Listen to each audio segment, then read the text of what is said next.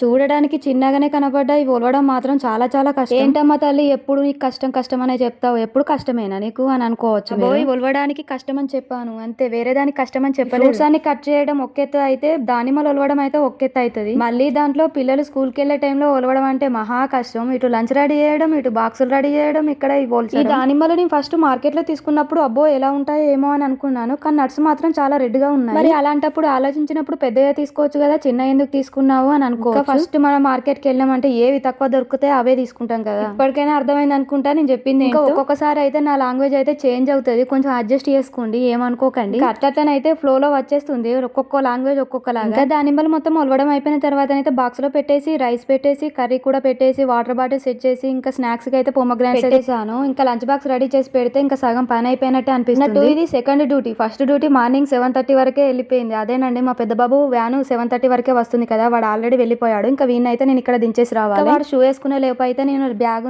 Lunch bag అయితే ready చేశాను. ఇంకా చాలా సార్లు చెప్పాను మా చిన్న బాబుది వేరే స్కూల్ మా పెద్ద బాబుది వేరే స్కూల్ అని. ఇంకా వాడినైతే చిన్నోని ఇక్కడనే దించేసి వస్తానికి మార్నింగ్ పిల్లల స్కూల్ టైం అయితే ఇలా గడిచిపోయింది. వీడియో ఇక్కడ దాకా చూసారు కదా, వెళ్తూ వెళ్తూ ఒక లైక్ ఇచ్చి సబ్స్క్రైబ్ చేసుకోవచ్చు కదా, సబ్స్క్రైబ్ చేసుకోవడం మర్చిపోకండి. బాయ్ బాయ్, నెక్స్ట్ వీడియోలో కలుద్దాం.